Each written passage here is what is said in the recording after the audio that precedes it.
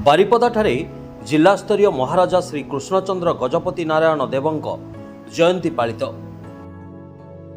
शनिवार बारिपदाठारे जिल्लास्तरीय महाराजा श्री कृष्णचंद्र गजपति नारायण देवंक जयंती महासमारोह रे पालित हो जाइछि। ए अवसर रे सकाळ 8 घटिका समय जिलापाल श्री हेमकांत सायंक अध्यक्षतार सहर विभिन्न स्थान में अवस्थापित बरपुत्र मानक प्रतिमूर्ति रे सामूहिक माल्यार्पण करा जायतिला।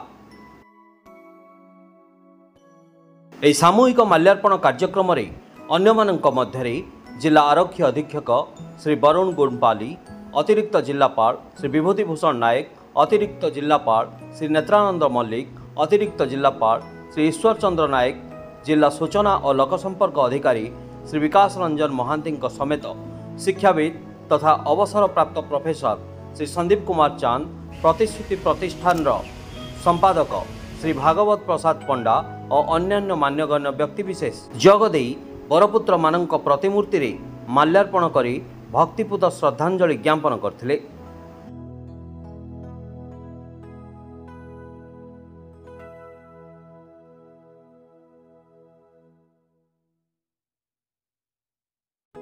एथिसहित सकाळ 9 घटिका समय जिलापाल कार्यालय स्थित सम्मेलन कक्ष महाराजा श्री कृष्णचंद्र गजपति नारायण देवंक जयंती समारोह पालन उपलक्षे एक सभा कार्य अनुष्ठित हो जाइतिला। उक्त सभा कार्य मुख्य अतिथि भाव जिलापाल हेमकांत साय जग देइथिबा बेले सम्मानित अतिथि भाव जिला आरक्षी अधीक्षक श्री वरुण गुंडपाली, अतिरिक्त जिलापाल विभूति भूषण नायक, अतिरिक्त जिलापाल नेत्रानंद मल्लिक, अतिरिक्त जिलापाल ईश्वर चंद्र नायक जग देइथिले। सभा प्रारंभ में अतिथिवृंद और मान्यगण्य व्यक्तिविशेष महाराजा श्री कृष्णचंद्र गजपति नारायण देवंक फटचित्र रे माल्यार्पण पूर्वक भक्तिपूत श्रद्धांजलि ज्ञापन करथिले। मुख्य अतिथि तांको अभिभाषण रे कहिथिले, आम पूर्वज महामनीषी मानक देशप्रेम, निस्वार्थपर सेवा, त्याग और निष्ठा और सेमानंकर दीर्घदिनर प्रचेष्टा और संघर्षर फलस्वरूप आज आम स्वतंत्र ओडिशा प्रदेश रे रहिबा पई सुजोग पाइछु। तेणु से महामनीषी माने आमर प्रातस्मरणीय और चिरनमस्य।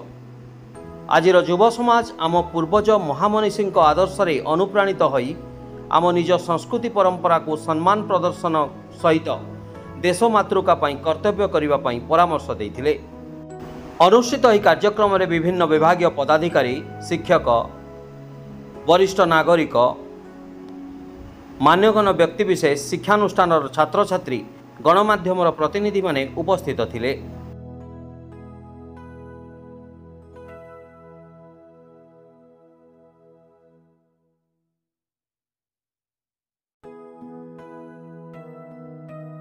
Bureau report, spotlight India.